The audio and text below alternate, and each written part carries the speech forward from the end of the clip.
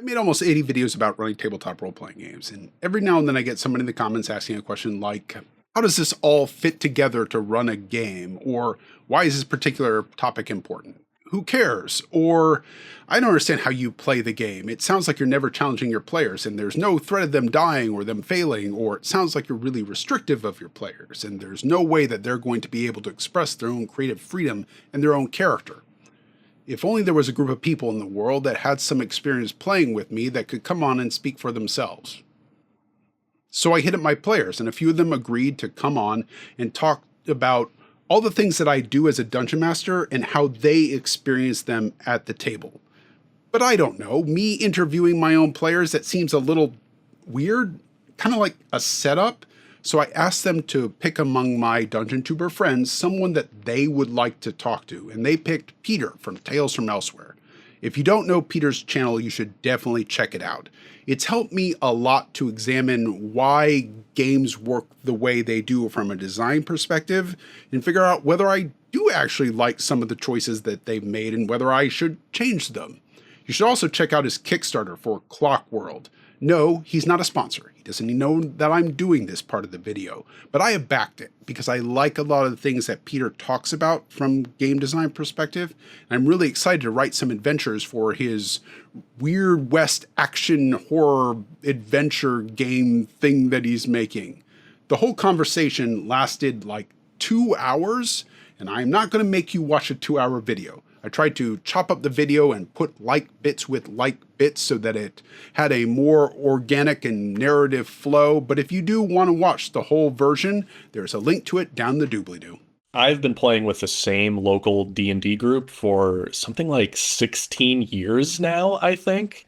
And when you've played with the same group of friends for a long time, you end up playing, I would say, a very different game than maybe folks that are just showing up with random people on a Saturday night at their local game store.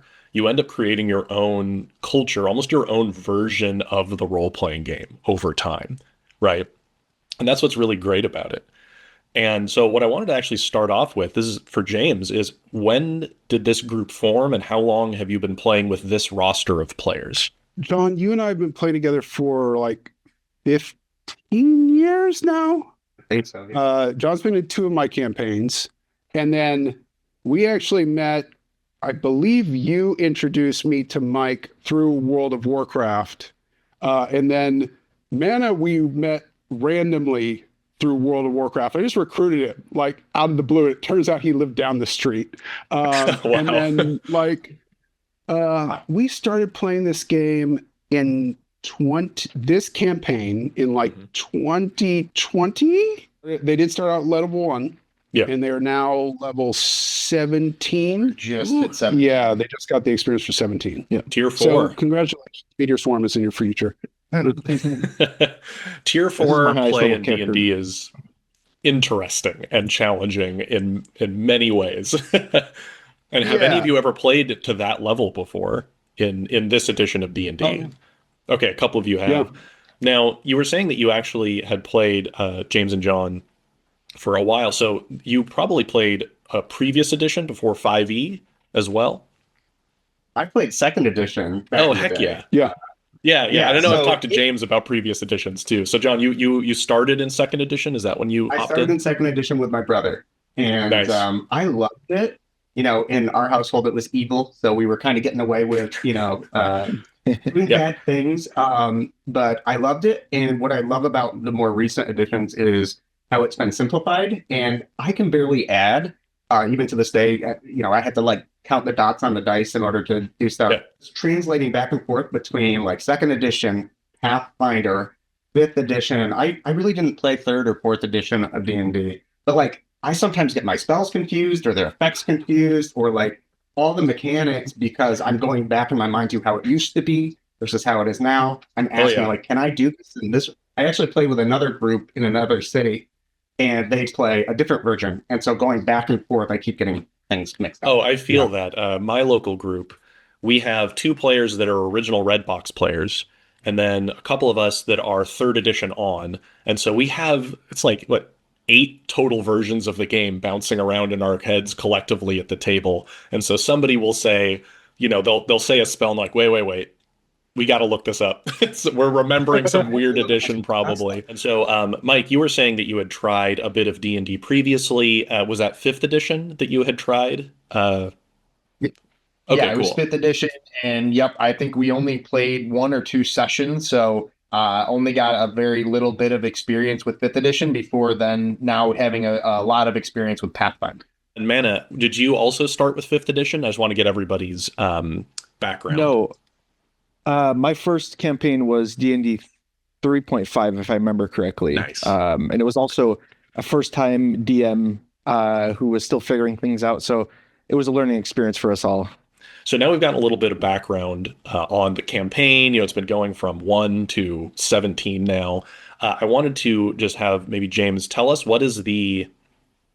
Actually, let's not have James do this. I'm going to have each of the players tell me what the campaign is about. And I want to hear what each of them think that campaign is about. So we'll start with John. And just a couple sentences. What is this campaign about? Well, I think that's what makes it so special, because you might get a totally different answer from all 3 of us, because every one of us have had very major story arcs or adventure arcs that are custom to our characters that we kind of drove together with James.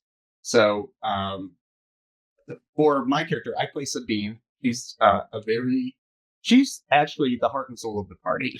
And she is The most modest character. Yeah, she's a very evil, chaotic, evil witch, which actually has been really fun for me. This is the first evil character I've ever played. And James let me do it, and we had to figure out how to make it work with the party. And that was a fun challenge. Well, what I know about the world, and I've studied James's world, he has this incredible lore and all this kind of stuff. We're in the middle of a civil war, and people are fighting over who should be on the throne. And there's an empress, and there's all sorts of stuff going on. You have blue dragons. You have all these people that are vying for control of this kind of continent. And our party, we call ourselves the innocent bystanders, because we really don't give a about any of it. We just kind of do what we want to do. And I think we actually cause more problems than solve world problems. Now, Samira, who's not here today, she would probably think that we're solving world's problems. Mana might think we're solving world's problems, but Sabine is very power hungry, so the whole story is about her.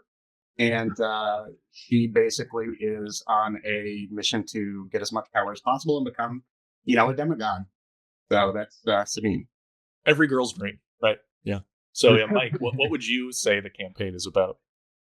Understanding how monks came to be in this world and some of the nefarious things that happen in order to allow that power to be bestowed upon a human. And so for me, it's been just a very interesting kind of discovering who I am and how I came to be. Yeah, well, a good world and a good campaign is one where not where there's a story that's pre-written that the players are watching unfold.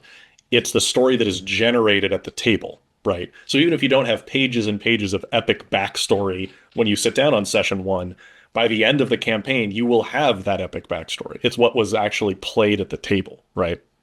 And that's such a more enriching form of gameplay rather than everybody doing their novel writing like outside of the table. Mana, now you, what would you say this campaign is about? A ragtag group of adventurers who I would say at day one had very little in common. And, 6-7 years into it, we're finding ways to bring our characters with very different backstories, very different motivations. We're finding ways to bring them together and solve problems at the end of the day. I know that sounds very wholesome, but the reality of it is very different. We, as John said, we oftentimes create way bigger messes than we intended to when we set out on our adventures. From a more character-driven perspective, Mana comes from this dwarven city that's kind of isolationist. His backstory is that he's exploring his religion and his connection to his deity, trying to help as many people as possible. And there's just a lot along the way that happens that really I would say changes that direction. Tests that faith, huh? Test that very much so.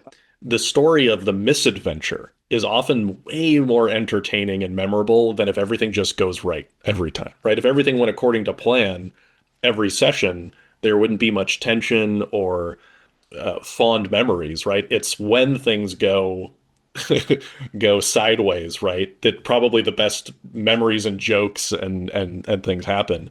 Is there any particular moment that each of you remember where something went absolutely haywire sideways that you think James would have no way of anticipating? It was like on the first or second adventure, we were, I can't remember, wandering through a forest, heading to Dunhane, which is where Mana's from.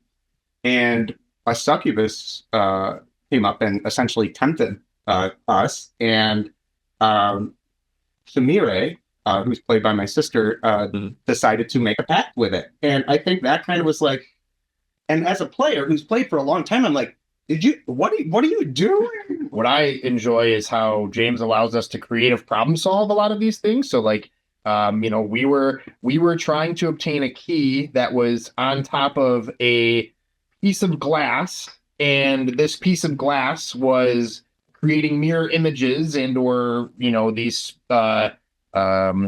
specters of Temporal echoes. Yes, temporal echoes. Cool. As soon as you walked onto the glass, and so we didn't necessarily know how to get the key because everything we were trying was turned into this specter, and so we just thought practically and took our bedrolls out of our packs and covered up a part of the mirror so that way we could just walk up to the key and take it from there. And so that was something that like James didn't expect us to solve it that way, but it made sense and it wasn't necessarily breaking the rules, so to speak. And so we were able to find a way to solve that puzzle without solving it the exact way I think he thought we would. So I appreciate how we can kind of flex or come up with a creative way to solve a problem, and James will roll with it. Right, because the rules are meant to just be the starting point of the game, and then what you do at the table is meant to continue from there.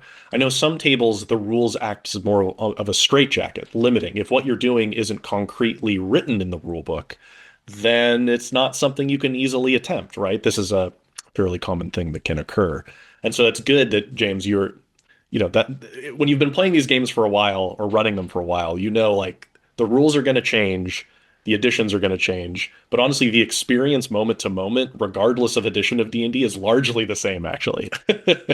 Too. I don't know that it was haywire necessarily, but we were in Dunhane and we were kind of storming this elite, like a lord and lady of the dwarves, their mansion, because they were corrupt and aligned with the blue dragons, which my character hates.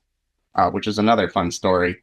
And we were attacking the guards, and I did an alignment check. I can't remember. We did an alignment check.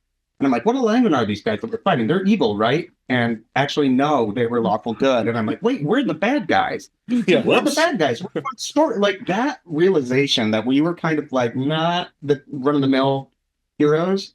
It kind of just added more layers to our characters. And it was fun. Just again, first time being an evil character, I love it. This is like it's so much yes, fun. Welcome to the dark side.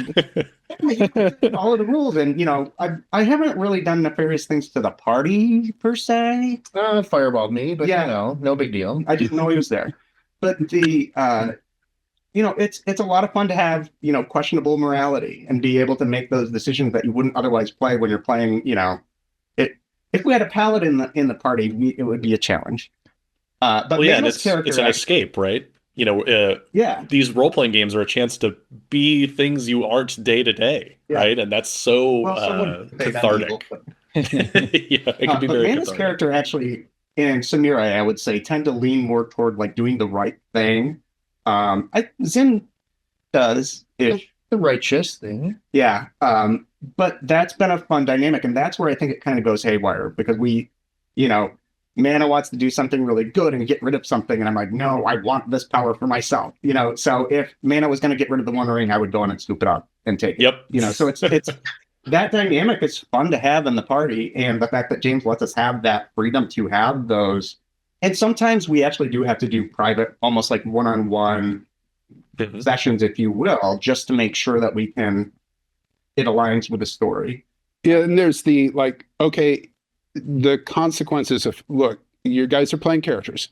If you do this, these other characters, based on the way the characters have played them, will almost have to react in certain ways that are consistent with their character values. If you choose for your character to do that, you can make other choices, and they might be good or bad choices, but choose something that isn't necessarily going to be now we're done. Because there's no way these two characters are going to get along ever again. Yeah, that's one of the other hats that the do DM has to wear, which is moderator, right? You have the DM's job is also to make sure everyone's having fun, because it is a game, right, at the end of the day. And so those kind of out of character conversations, like, hold on, guys, like, is this what ends the campaign because of this betrayal, right, or something? It's always good to be able to pull back and say, like, pump the brakes slightly, especially with a mixed morality party, which I find really fun as well. I love when there's not just a homogeny of alignments, right? Because where's the conflict? Where's like the tension and the mayhem that can occur? That's really fun. So I have more of a rules question for all of you now. This is more about the rules themselves. If you've watched any of my stuff, like I'm a systems guy, like I'm very nitty gritty.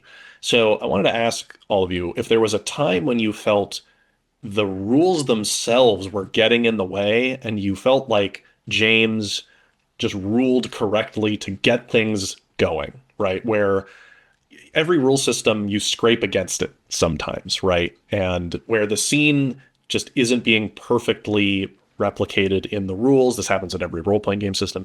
So positing this kind of tricky question where you feel like you had to let the rules step back and let the role play take over, or a house rule or a ruling. Is anything coming to mind for each of you? And we'll start, if anybody has one off the top of their head, or James, when you felt the rules were getting in the way of the table. Whoever has one first can hop in. I am a rules lawyer. I'm one of those people that will get out the book and say, that's what it... You're good about it, though. You might glare at me, but you'll let me do it. Stable, but he always rules in favor of the players, honestly. Like, he is looking out for our best intent, as well as the story, too. One of the things that he did as a spellcaster, right, when you're starting to cast 9th level spells, your 1st through 3rd level spells are kind of useless. I mean, you don't really... it's different in 5th edition now, since they made some adjustments. Cantrips. Cantrips, especially. Like, it's different, and you can cast... But, like, honestly, some of those spells are worthless to me. I have my go-to spells. Like, Fireball's great, but it's what, 3rd level or 4th level? 3rd level. There's certain ones that are go-tos for my character, but at the same time, level 1 spells are worthless to me. So what I love is that James had the foresight to make magic items or make treasures or things so I could then sacrifice those 1st level spells in order to get a better benefit or add up those benefits. So James was really thoughtful with how he created the world and how he does magic. And if you understand how magic works in his world, it makes it a lot more fun too. And then you can break my world. And then you can break his world.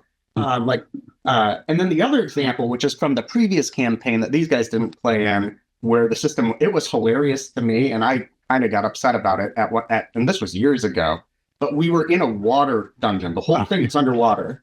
And the druid... he was a druid, right? He was a cleric. Oh, a cleric. Yeah. The cleric did lower waters it was a higher level spell. Control water. Control water. And he lowered the water level in the entire dungeon so there was no water left. So it ruined the entire underwater dungeon. And meanwhile, you have like all these dolphins and sharks. Yeah, they're all just dying. Yeah.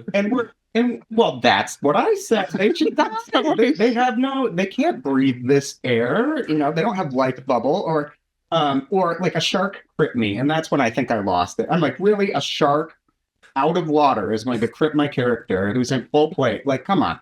Like, that's where it's a little bit silly. But at the same time, that was one of the most memorable sessions, and we laughed and laughed and laughed. So sometimes when those rules are there, I'm one of those rules are meant to be broken people in life. But it's a game. It's like, these rules are there, but it creates a fun environment. It creates those fun memories.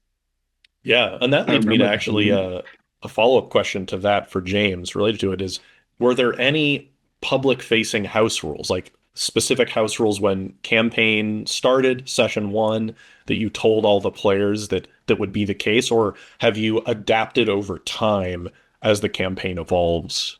You kind of see what I'm saying? Yeah. So there was item creation at the start of Yeah. the campaign that I said, because I wanted the campaign world to be relatively younger, Winnie, stop snoring, relatively younger than like the traditional Forgotten Realms, where it's like there's like 7 Yeah. epic world Roman empires on top of each other. I was like, I want it to be more, in our world, maybe like ancient Greek, where there's like the Babylon and Egypt are there before you, and that's pretty much it. But that necessitated, okay, where are the magic items coming from? What are they going to do when they come up against something that needs something magical to do a thing? If I'm going to make it where you can only banish this, you must destroy the One Ring. How are you going to do that? Without the Mount Doom. So I had to have something in place, and over time I started to standardize it. So it was there, but then I started to go in and go, okay, these are kind of clunky. You carrying around an inventory of 500 monster bits is not really working. I need to standardize them to where they are like, a heart is a piece of body, an essence is what you get from undead or demons, so that I could go back and they could actually make use of it. That existed. Time existed, where it was, I'm going to keep track of time. And the campaign will care about how you do that, about how much time goes by. And I went back and started doing confirmed crits for me as the dungeon master, partially because of that. Mine's a Fendelver goblins. So they don't do that. But I do that where it's like, I have to crit twice in order to get the crit, because I did not want to murder my players in the first 5 seconds of the game. I kind of regret that now. Crits at low levels can sheet kill the player, right? Like they can just be straight up dead, not dying, just dead at levels 1 through 3. It's very possible, even with CR appropriate foes, right? An ogre is only like CR 3 or something, and that thing will absolutely one shot a wizard if it crits. Sheet kill immediately. I know they knew that the death rules were different, that it wasn't just you resurrect someone, and that the diamond was going to be rare. You're not just going to find them. You can't just go buy them. They're a problem to go find the material components to go resurrect someone. But I think those are the main ones. I like those. Just buy every single spell at a store. Yeah, like that. Right. That was for me very different than you go into the big in the pre-written campaigns. You go into the big store, pick out whatever spells you need. That didn't happen. So we wound up stealing a spell book from a very powerful wizard one day and blamed some random guy. That was improvised. Yeah, those restrictions forced creativity from the players, right? Absolutely. And now you have a story. Yeah. I'm a big fan of scarcity and restriction like that, because they're problems for the players to want to solve. And then you get these memories of stealing a spellbook from a powerful person just because you couldn't convert gold into spells. And similarly with magic items, you can't just convert gold to magic items, right? If it's not that simple, it makes everything much more special. And in a level system, it also gives the level weight. When you start off with scarcity and those limits slowly they grow out of the limits. Like, you're going to have to travel. I have a whole travel system. This is how you're going to get from point A to point B. But eventually, you should graduate from travel. It should feel like you graduate from problems. Because now at the level you all are at, you have access to things like teleport and teleportation circle and ways of traveling great distances. But that only feels special if you weren't just doing a fade to black montage to arrive at the next town in the first, tier 1 and tier 2, right? You had to fend off bandit ambushes or monsters as you traveled. And now when you're level 17, you're not going to fight some CR1 quarter bandits on the road or something, right? You're beyond now. That brings up a good point. I mean, the last few months, we've been on this island where you can't teleport. We've been essentially trapped on an island. And so he took that teleport, greater teleport, even plane shift away from me. And so it made us have to be more resourceful and more mindful of how are we going to be safe overnight? How are we going to, because there's a bunch of vampires and, I drank some It's like, blood wine. he drank how some do we wine. make a camp Good time. again, guys? We're used to just using magic to teleport wherever we want. We couldn't do rope trick because it's a dimension, Yeah, that's extra planar. Plane. Yeah, those restrictions So- breed creativity. Yeah. Now, does the party have a bag of folding full of corpses like my players did for years? Mana's character would not let us do that because he respects the, death. And Yeah, he's a cleric of death, so Do you Gotcha. respect that? at times. Okay. As long as it's not his So, death. so there weren't any class species restrictions from the beginning, right? It was the whole at the time of at the start of 5th edition. There or are whatever no- this was. There are no paladins, and it's not because Interesting. paladin's my favorite class, but I one of these days should do an episode on it. The paladin as a class is a religious order, and the requirement in the world that I put down to every party that's played this world, which is this is now the 6th party in it, 5th, 6th. Someone's got to found the order.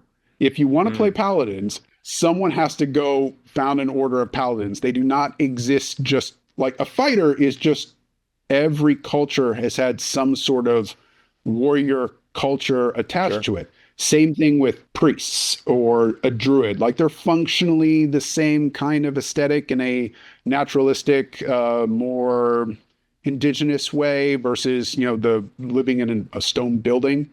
I tried restricting monks, and then Mike was like, I'd really like to play a monk. Okay, fine. You can play a monk. Sure, you can play a monk. But there's going to be problems, and you're not going to know what they are. And he said, sure. But the paladin, I think, is the only one that's left as not till someone founds a paladin order, because that should be what they're about. It's been cool because then we know as players, hey, you have an ability to co-create here. If my character wants to start a paladin order, I could do that. Like my previous character started a huge temple to crafting and to Kataris, the god of crafting in that world. And he's still alive in this campaign, actually, which is kind of fun. You found books by him. But yeah, I found books by my previous character, and he also caused a lot of problems. When James was talking about how he keeps track of time, we might not be paying attention to our consequences all the time, but they are there, and they sometimes come back to haunt us. So now there's all sorts of automatons and other golems running around the world, running amok, because of my previous character. So Oh no, the that's one of consequences things of that I my got actions.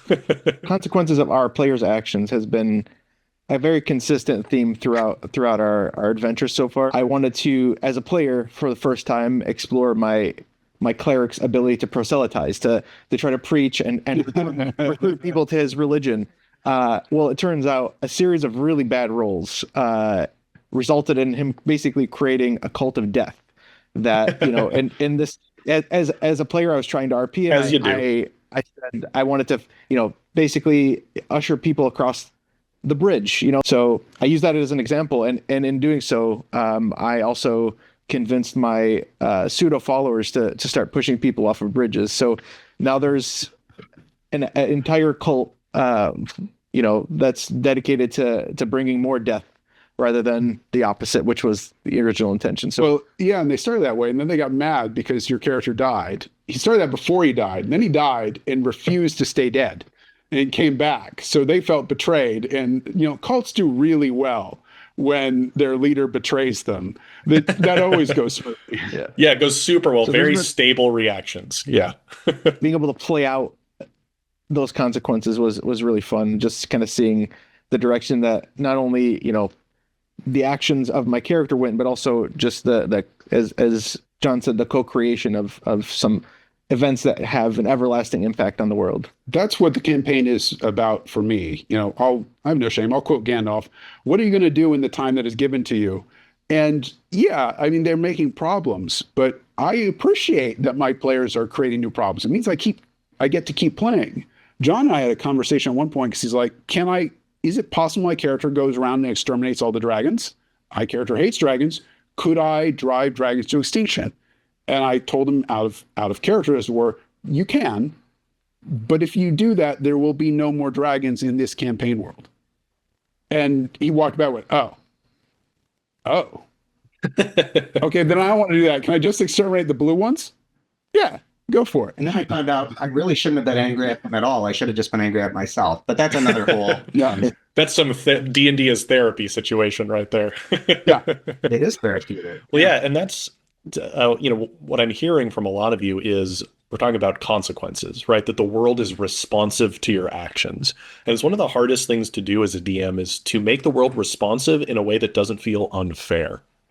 As I've definitely played in a campaign where the world was highly responsive to everything the party did, but in the worst way possible every time. It's like it makes the players apprehensive to want to engage with the world if they think everything's just going to go wrong every time, right? And so it sounds like all of you have felt like you can put your hand on the wheel and that James is making a responsive world, but isn't facilitating a world of assholes, basically, right? Where like everything just is interpreted in the worst way possible.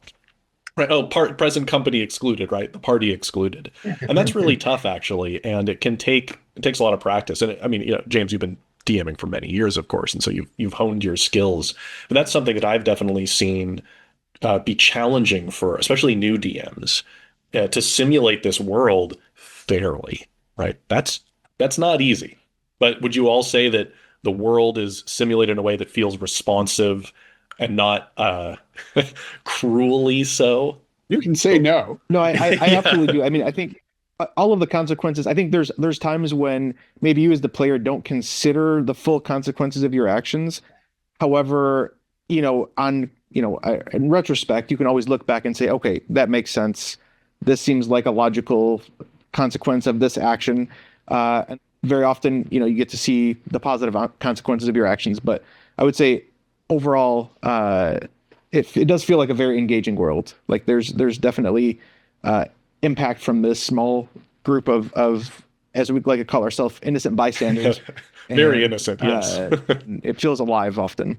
Like the good consequences, like mana healed an entire city full of people. Like that's pretty epic feeling, and you feel like you've accomplished something, even though it wasn't necessarily a huge world problem necessarily. He basically solved the plague, essentially, or we planted a world tree. Like those are good consequences, and even a bad character can get behind those things if she gets something out of it. But yeah. Well, yeah, it's one of my favorite things as a player too, to know that what I'm going to do will leave a mark right on the world, that subsequent sessions or even subsequent campaigns, like founding a paladin order. One of my favorite campaigns that I've run, I told the players no magical classes and only humans at the start. Because all these other things they've been forgotten or lost or need to be discovered again. And it was up to them in the gameplay to see what they'd unlock basically in the world. And then I'd fast forward 20 years and it was the next generation getting to benefit from whatever it is they planted. So that's like James's world, but James is on a grand scale, right? Where you say you have like 5 or 6 groups that have existed within this continuity at one point or another. So yeah, what's really satisfying is when you could say like, I would like to kill all dragons. Am I allowed to do that? You could try, right? But there will be consequences. Or you want to found a paladin order or start a cult. Those sort of things, people remember that so much more than how much damage they dealt in that one fight. Usually, right? Yeah. The specifics of the combat simulation are fun, and you can get your epic battles, but it's often the weird stuff, like these stories you've been talking about, that actually stay with you longer, right? The saving the whole town from a plague, right? That's not a fight necessarily, but here you are remembering it. I don't know how many years ago that was, but years later, right? And so that's the sign of a good campaign, where you've got stories of the world, right, and how it's shifted over time, and the hijinks you've gotten into, not so much thinking about the combat simulation as much, right? So that feeling that you're co-creating is big for me as a player, and it's actually James has inspired me to want to actually try to DM, because it's always been something that I've been scared to do because like I can't add, but like. That's why I've watched this channel, trying to learn the craft a little bit more so I might be able to do it myself and create my own world. So And I've also had the benefit of playing the previous campaign. So I know when he's referencing things from the previous campaign, like I said, wait a second, that's so-and-so. That was this guy's character. So it's been a fun journey. Yeah, I would second everything John said. I would also add that for me, just seeing the consequences of these of our players' actions, it makes me really excited to play the next campaign and see really just how much chaos we've sought in the world, and to be able to experience the consequences of my previous character's actions is going to be all things being considered, your character might not be alive. Although you're a monk, they might be. Your character will probably be alive. I haven't rolled there. They don't have them in 5th edition anymore, but there used to be, so I went and stole them. The characters have life expectancies. Yep, I knew where you were going with that. Nice. And you roll it in secret? Yes, I rolled all in secret, and I know what month and what day they will die of natural causes. I'm not dying. No, but you're already immortal. So. Well, that's what's a really funny moment in the next campaign, or if you've ever, because I've had this experience running a game where a player's like, oh man, this is the worst. Like, this organization keeps hunting us down. And I reminded him, you started that organization to stop people like you. This is your own fault. He's like, oh yeah, whoops. Why would I think that works? He said, right? He like started a cult to stop people that would be like his next character. And of course it failed, and he rebels against it. It's, those kind of moments are really great for the multi-generational campaign, right? I play with a group on the other side of the state with my brother, and that group in general is all about combat and combat mechanics. That's all it is. They're really, and plus it's a pre-canned adventure, right? So like you're kind of on a railroad. And you really you can create a cool character and a fun personality, but you're kind of like, the story's the story, and you really don't feel like you're having an impact. So, right. Of course, you're going to like really focus on combat. And of course, you're going to min-max your character. And of course, you're going to try and get as many magic items and it's all about the numbers and how much damage you do. But the memories, again, to your point, the memories aren't about the numbers.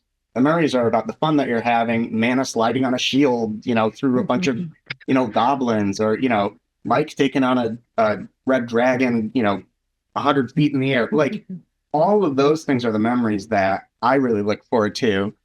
And that's the big difference between how James DMs and how other people will DM, because if it's just about the numbers, yes, you can have a good time, but it's those memories that I think are really the You're more playing a skirmish game.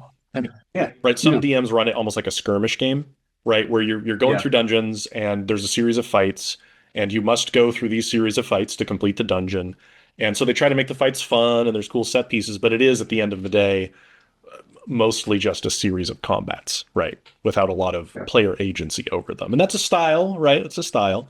But there's the home campaign that's like what James is running at is way better from a long-term campaign standpoint. The previous campaigns I was in, very much as you described, they were all about the combat. It was mostly just a skirmish. And I think coming into James's world and this campaign, it was, I think, a little intimidating at first, because while I was well versed in the combat mechanics, I was very poor at all of the other stuff that encompasses the game, all the RP, all of really trying to think longer term and where I'd like my character to go direction wise. And obviously you have limited control over that. Sometimes you get a bad roll and you have some unintended result, but just thinking more about that was something I think I've gotten better at. It's definitely something I would like to get even better at. But you have some of the best one-liners. You do have the best. You have the most memorable one-liners out of the whole campaign. All right. The fact that it's unexpected for mana. Oftentimes people think that James has talked about this in one of his videos. I'm the player that I sound exactly like my character. I don't change my voice. So a lot of times I have to clarify, no, that wasn't my character. That was me.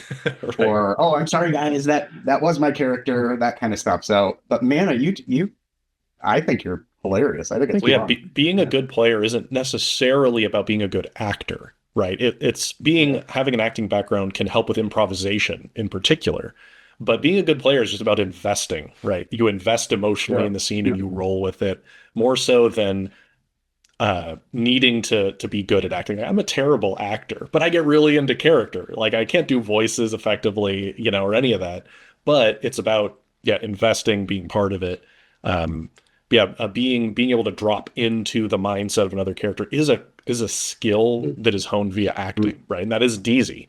But yeah, if you just show up and you're all in on it, that's all I ask from players when I run games as well, right? I don't need people to put on accents. I have a clear memory of feeling super anxious about showing up to the first session. As I was thinking, man, I hope I don't have to do voices. Even though James had already expressed that, I think just the anxiety of at the time we'd spent a lot of time with each other online, but being in the same room as somebody is kind of a different vibe, and feeling a little bit of anxiety over that was something that I remember early on, but very quickly a lot easier once we started playing. Right. Yeah. Some folks will think they'll see maybe an online actual play, like the big names like Critical Role or some such, and think, oh boy, I can't do that. Right. I can't show up and act in that way. But in reality, it's like you and your friends sitting around with like beers and pizza and just like joking around and getting up to mischief. Like that's what it really is like at home. It's not a show, right? It's a game to be played with friends. And so, yeah, I've seen that as well, where people get really self-conscious at first, but then when they sit down and just see how fun it is and like light it is in that way, right? It's a blast. I think, especially with me coming in, not having a lot of experience with these systems, with these rules and knowing how to play, it was very intimidating coming into a game where James created an entire world and paints all of his minis and has dungeon pieces that literally bring this game to life in front of you. And having never had experience like that, there was definitely a bit of imposter syndrome and, trying to understand, how do I best show up? Like, I want to play and engage in the game, but I also don't necessarily know how to go about doing that because I don't have that much experience. Right. And so what I've really loved is just how accommodating the group has been, given the limited experience, given the varying degrees of experience across the player base. That's what I've been really appreciative of, is just how to kind of help to bridge that gap, help to guide some of, because I even remember a funny time when I was just even starting to understand the rules early on in the game. I think it was like, here I am thinking I'm this monk. I have all these like superpowers almost, like I felt super powerful. And I remember trying to fight this flying creature and trying to jump like 30 feet into the air off the ground without having, being a low level, without having a lot of skill and not really knowing the rules, not knowing the actual math of, well, you would have to roll this in order to achieve that. And I remember just completely whiffing, getting nowhere close to this flying creature. But at the same time, like no one poked at me or made fun of me or like, everyone embraced it. We all laughed. And so I just really like and appreciate how we kind of roll with and help to bring people, forward in the game. So I have a question. Go ahead. Oh, go ahead. No, I'm shifting gears. So yeah, please. I haven't min-maxed a character. This is the first time my character has had some very real flaws. And it's actually made it a better game. I've learned from it, and I've had a lot of fun with that. So that's kind of what I've taken from it, is you don't have to have the perfect character, and you don't have to make all the right choices with the group and with the have fun. So, yeah. Right, because if the game is being played very much as a combat simulator, you have to worry a lot more about your DPR, your damage per round as a party, because if it's not being sculpted appropriately, you'll start hitting some big walls in especially end of tier 2 into tier 3, where the monsters start having hundreds of hit points. And a fight could take 3 hours, not because it's an epic dynamic fight, it's because the party damage per round is not high enough to meet CR appropriate challenges. That's not fun. That's not fun at all. I've played 1 to 20 through pre-made adventures in Eberron, because they printed pre-made adventures all the way from 1 to 20 for Eberron in 5th edition. And I did it with an unoptimized party. There was a party of 6 or 7 people. But because they were pre-made adventures, the fights had concrete structures, and fights took hours and hours and hours, simply because those sessions were all designed to be like skirmish games, basically, right? So it's very freeing when you're more here to experience a world and problem solve rather than clear the dungeon like you're playing WoW, right? Got to clear our trash mobs that go fight the boss, and it's all combat, right? We still do that a little bit. Yeah. Well, it's okay. Like with a homebrew world, you're also not beholden to pre-made adventures and the challenges they presented, the assumption is you're going to do what you can. It's James presents problems, the players have to come up with a solution. Sometimes that solution is just violence, but sometimes it's rolling your bedroll out across some magic mirrors, which is a funny thing. I mean, we always did dead halfling on a rope was our problem solver through dungeons. That was our big thing back in the day. I have a question for James, switching gears now. A lot of this world is improvisational in that what happens moment to moment, you need to be very responsive to the players, but it's also a world in which you've fleshed out, obviously, quite a bit of content. Do you have a favorite on-the-spot created NPC that you had not planned to create, but you needed to in that moment because of a totally unexpected sequence of events, for this campaign in particular? The succubus that has kind of like been their arch nemesis throughout the campaign was not intended to be anything. She was just like, hey, you start out, here's a couple dungeons, let's see what you guys kind of pick up on. And they had gone down a thread, and that thread led to, let's go save the lord of the Yento province, who has been mind controlled by a succubus. Okay, cool. And when they went in there and my wife said, hang on, can we talk for a moment? We want to talk to her? Okay. What does a chaotic evil? Okay. Yes, we can talk. And I went in the whole voice, and you two are going, why are you talking to her? Yeah, like getting the hammers and spears ready. Like, why are we talking? Yeah. He teleported away and then came back afterwards, and I got to role play it out both with John as Sabine and then Sumire, and say, well, little rabbit, I can kill anyone you care about, and do the whole like abusive Mother Gothel kind of character with Sumire. And then Labas. Oh my God, I love him. Who is that was the group that they stuck in the portable hole. They killed everybody but Labas and decided that they were going to talk to him. We had a really good conversation in character where, challenging your, as the lawful member of this party, going like, you made promises. They've tied me up, and everyone else is talking about what they're going to do to me after they get the information, but you made promises. And ultimately, Mike is in, let him go. No, I promised. I can't break that. And those two both allow me to poke at the characters' perspectives and say, what are you going to do about this? Sumire has made this pact with Minatra the succubus, and they know as people that it's there, but the characters don't know. And watching Sumire have to make that justification for all the things she's doing, going, well, there's not, why would you be suspicious of me doing this? Demon. And I'm like, what did she summon? She summoned Babao. Yeah, she summoned a Babao, and I'm like, you're not. Yeah. Care to explain yourself? Yeah. So I'll now ask a similar question to each of your players. Who has been your favorite NPC that James has created? I would say, and I'm struggling to remember some of their names, but the Copper Dragon that we had to go to. Fekabor, who you call Affy. Yeah.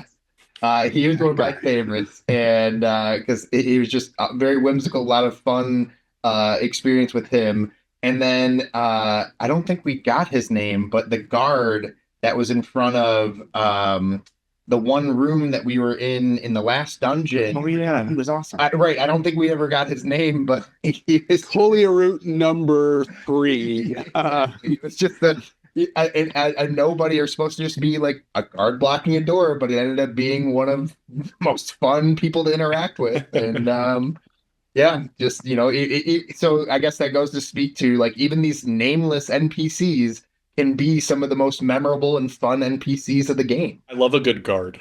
I love a memorable guard like that. I think he was good because you guys have been slogging through that mega dungeon for like 3 weeks, and he was the only one that you stopped to talk to and didn't immediately try to kill you. Yeah, sometimes just throwing the players a bone of like, here's a person that isn't mean to you, they'll latch on to that character sometimes, right? I had a character, an NPC I made up on the spot, just a merchant that was friendly to the players because they went to a big city and they were intimidated by it and people weren't nice to them. they poured every resource of the campaign into this one merchant because he was now their best friend. Like they took all their treasure and gave it to him, and ended up the whole like something like 10 sessions afterward were just about this one guy I made up on the spot who had a bad impersonation of Yakov Smirnov for an accent. Like just because I couldn't think of something. I was literally like 19 at the time or something when I did this, but that just shapes it. So, John, NPCs, what's your all-star roster? Labas. I love him. Labas. Yeah, Labas, whatever he is. Charming. He was very... I just thought he was cool. And his personality was fun, and I think my character would have liked to hang out with him, actually. He has Dr. Mark. Let's see, what else? Okay, so Samire 2. Now Samire. Yeah. So it is like a fragment of our bard Samire's soul, right? That like kind of, is it her soul? Skin of Evil from Next Generation, where there's that skin thing that kills Tasha Yar. Yeah. And I let them make a spell that does that. So the Samire has extracted her evil into this being that is an imp. And it's That'll a quasi. have no negative repercussions, I'm sure. Yeah. Yeah, she has a closet. She's making deals with succubi. She has, I don't know. Some of the bow. She's not evil. I think the one that always still feels memorable is the voice of, I don't remember the dragon's name. I just remember all of the personality you put into them. And I remember I later found out through one of your shorts that it was based kind of loosely on Smaug. I forget the name of the drag, but we had a very... There's a Fekabor. There's Nomos, is the blue dragon. A Fekabor is it might have been the Nomos. bronze I think dragon. it was Nomos. I think it was Nomos. Yeah. It's a fantastic job of like kind of coming up with something on the spot and just giving it a very memorable amount of character. And he came and threatened us, saying that we owed him money for killing his son or his grandson or something. And we're like, okay, yeah, sure. Like you'll need to be more Include them. specific too. We've lot of killed a people. lot of people. So what we'll do is, since this is now we're coming up on 90 minutes, we'll wrap up with a few closing thoughts from each of you, and then I'll give my closing thoughts. So just any final things that you'd want to say about what it is to be in this campaign, and then James will have you also speak to what it is to run the game for these players. Just anything, any comments that you think would help articulate to people watching this video what it is to identify when your DM is doing a good job. So I played with a lot of different DMs, and I played with ones that are the killer DMs that will all they want to do is kill you. I played with ones that are fairly combat oriented, but I think one of the things about this campaign and even the previous one I played with James, it's that narrative balance with making combat engaging too. And I feel like I have autonomy to do what I want to do, and James works with me, and it's a collaboration. It's like we're creating this world together, and I know that what I'm doing will have an impact on his next table. And that, to me, makes it so much fun. I always look forward to coming in. And it's also just a good group of people. We have a lot of fun. We really like each other as players. Yeah. But I think James brings the world to life, not just in his minis or in his sets.